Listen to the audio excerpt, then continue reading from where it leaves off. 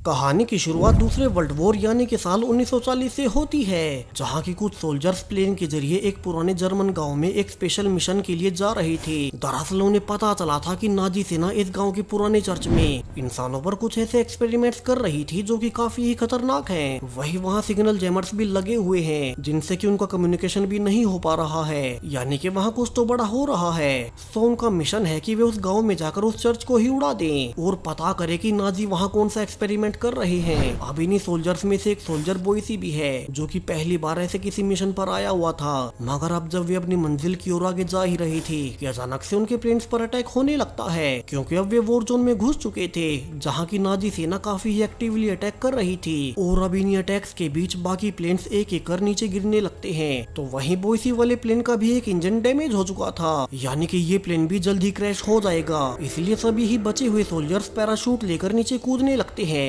और बॉयसी भी अब ऐसे ही पैराशूट का इस्तेमाल कर बाकी साथियों के साथ पानी में लैंड करता है। हालांकि वो रस्सियों के कारण नीचे ही फंस चुका था और डूबने ही वाला था, मगर आखिरी वक्त पर उसे चाकू मिल ही जाता है और वो पैराशूट की रस्सियों को काट ऊपर निकल ही आता है, जहाँ की वो किनारे पर जाकर देख पा रहा था कि हर ओर तबाही फैली पड़ी है। ऊपर से उनके बाकी के प्लेन्स नीचे गिर रहे हैं जिनमें कि उसके साथी सोल्जर्स थे, और अब तो वो दुश्मन नाजी एरिया के बीचों बीच उतर गया है। सो अब वो आसपास घूम घूम कर अपने साथियों को ढूंढने लगता है जो कि उसके साथ नीचे उतरे थे। वही वो रास्ते से हथियार भी इकट्ठा करते जा रहा था कि वे उसके काम आएंगे, मगर तभी उसे अपना मेन कमांडर दिखाई देता है जिसे कि नाजी सेना ने घेर रखा था। तो बॉयसी जल्दी से उन्हें बचाने आगे बढ़ता है, मगर पीछे से सेकंड इन कमांड वोल्फ आकर उसे रोक लेता है, क्योंकि वहाँ नाजी सैनिकों की संख्या कुछ ज्यादा ही थी और अगर वे बाहर गए तो वे भी मारे जाएंगे। तो अब दोनों के सामने नाजी सेना उनके कमांडर को मार डालती है और वहाँ से चली जाती है। तो वहीं बॉयसी वोल्फ से नाराज था कि उन्हें अपने कमांडर को बचाने के लिए कुछ तो करना चाहिए था, मगर वोल्फ उसे समझाता है कि चूंकि वो सेकंड इन कमांड है तो उसे मिशन के बारे में सोचना था, क्योंकि अगर वे यही मारे गए तो उनका मिशन फेल हो जाएगा। तो दोनों ही अब चर्च के लिए छुपते हुए आगे बढ़ने लगते हैं, जहाँ की रास्ते में उन्हें उनके बाकी के दो और साथी मिलते हैं जो कि जिंदा बच गए थे। अब ये दोनों है जैक और चेज, यानी कि अब इन चार सोल्जर्स को ही इस नाजी एरिया में सैनिकों से छुपते हुए उस पुराने चर्च तक जाना था और पता करना था कि नाजी सेना वहाँ कौन सा एक्सपेरिमेंट कर रही है।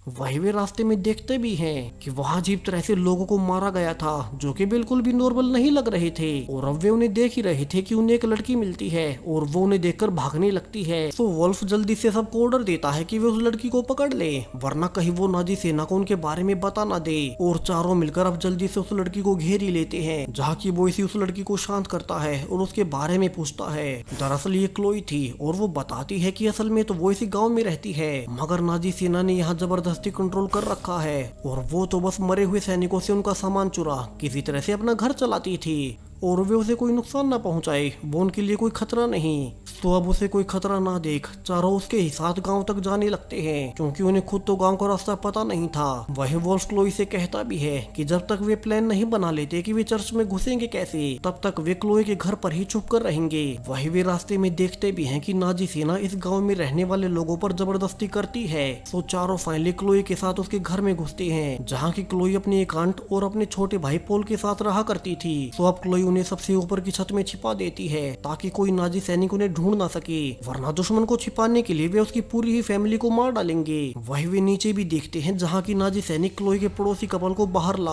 अब दोनों को जान से मार डालते हैं, क्योंकि वे उनकी डिटेल्स को बाहर भेज रहे थे। दरअसल इसी कपल की मदद से वोल्फ की टीम को इस चर्च का पता चला था जो कि अब उनके सामने मार दिए गए, और क्लोई बताती भी है कि उसके पेरेंट्स को भी नाजी सेना ने मार डाला था क्योंकि उन्हें उन पर सिर्फ जासूसी का शक था।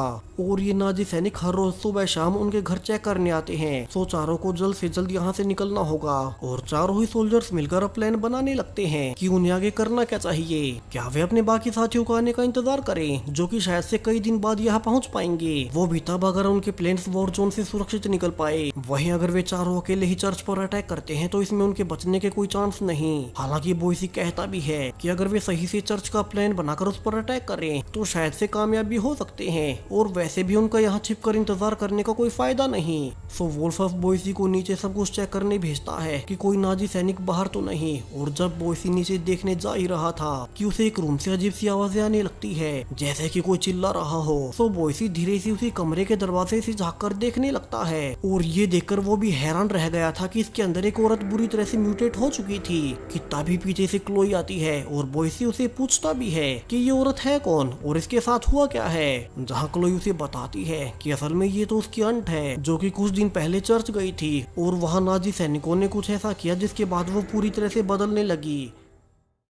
वही अब कुछ देर बाद जब क्लोई बोइसी के घाव पर मरहम पट्टी कर ही रही थी कि कुछ नाजी सैनिक हर रोज की तरह आज भी उसके घर को चेक करने आते हैं, जिन्हें के ऊपर से वोल्फ भी देख रहा था। और वो जल्दी से अपने साथियों को छिपने को कहता है, जहाँ की नीचे नाजी कैप्टन अपने साथियों के साथ अंदर आ सब कुछ चेक करने लगता है। वही अब पूछताछ करते हुए वो क्लोई को देख समझ भी गया था कि कुछ तो वो छिपा रही है। कि तभी ऊपर से उन्हें कुछ आवाज आती है और कैप्टन अपने कुछ सैनिकों को ऊपर भेजता है कि ऊपर है क्या। मगर यहाँ तो क्लोई का छोटा भाई पोल खेल रहा था और वो आवाज पोल ने ही की थी।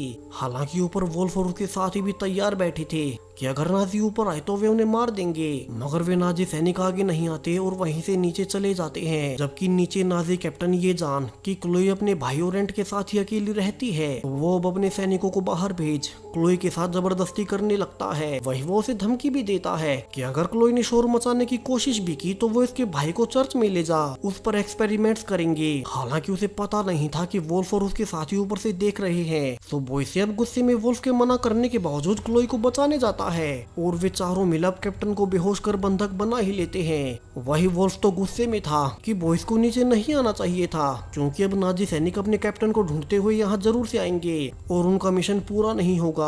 तो अब उन्हें जल्द से जल्द सब कुछ करना होगा और इसलिए ही अब वोल्फ बोइसी को भी चर्च में देखने भेजता है कि वहाँ चल क्या रहा है और वहाँ कितने सैनिक तैनात हैं। सो बोइसी यहाँ से नीचे जाब गलियों से छिपते हुए चर्च तक जाने लगता है। वही रास्ते में वो देख भी रहा था कि बहुत सारे नाजिक वैज्ञानिक सैनिकों के साथ रास्ते में उन लोगों को जला रहे थे जिन पर कि उनके एक्सपेरिमेंट्स कामयाब नहीं हो पाए, यानी कि वे कुछ खतरनाक ही कर रहे होंगे।